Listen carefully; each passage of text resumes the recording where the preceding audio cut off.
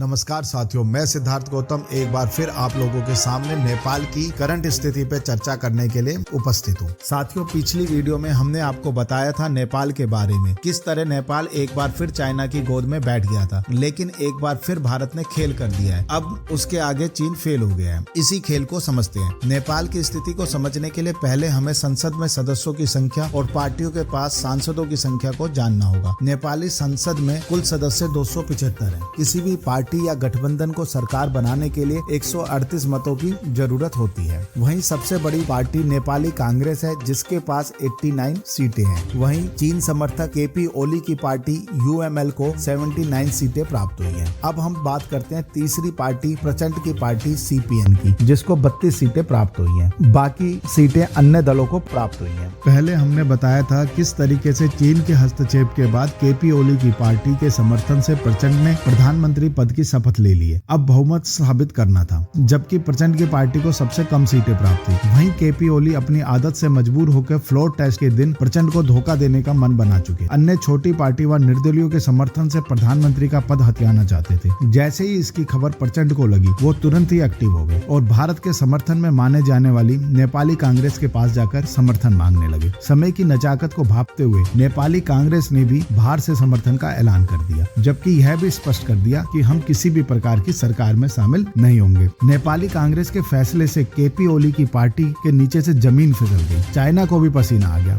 2 दिन पहले जिस नेपाल को अपने कब्जे में मान रहे थे, वो नेपाल अब दूर होता दिख रहा था। केपी ओली, जो कि चाइना के समर्थन में है, को लगा कहीं मेरी हालत भी धोबी के कुत्ते जैसी ना हो जाए, ना सरकार मिले ना पद। कहावत तो आपने सुनी होगी, धोबी का कुत्ता ना घर का ना घाट का। ऐसे में फ्लोर टेस्ट के समय केपी ओली ने अपनी इज्जत बचाने के लिए प्रचंड की पार्टी को समर्थन दिया। ऐसे में प्रचंड को अभूतपूर्व समर्थन मिला। कुल उपस्थित 270 सदस्यों में से 268 सदस्यों का मत प्रचंड को प्राप्त हुआ। वहीं सिर्फ 2 मत ही विरोध में पड़े। इस प्रकार अब तक की अभूतपूर्व समर्थन ऐसा नेपाल के इतिहास में पहली बार हुआ है जब 3 बड़ी पार्टी किसी एक व्यक्ति के समर्थन में खड़ी हो। ऐसी संसद जहां विपक्ष था ही नहीं, सभी एक सुर में समर्थन कर रहे थे। अब आगे देखना है प्रचंड इस जीत का फायदा नेपाल के समृद्ध भविष्य के लिए कैसे करते हैं। बाकी दोस्तों, नेपाल के बारे में किसी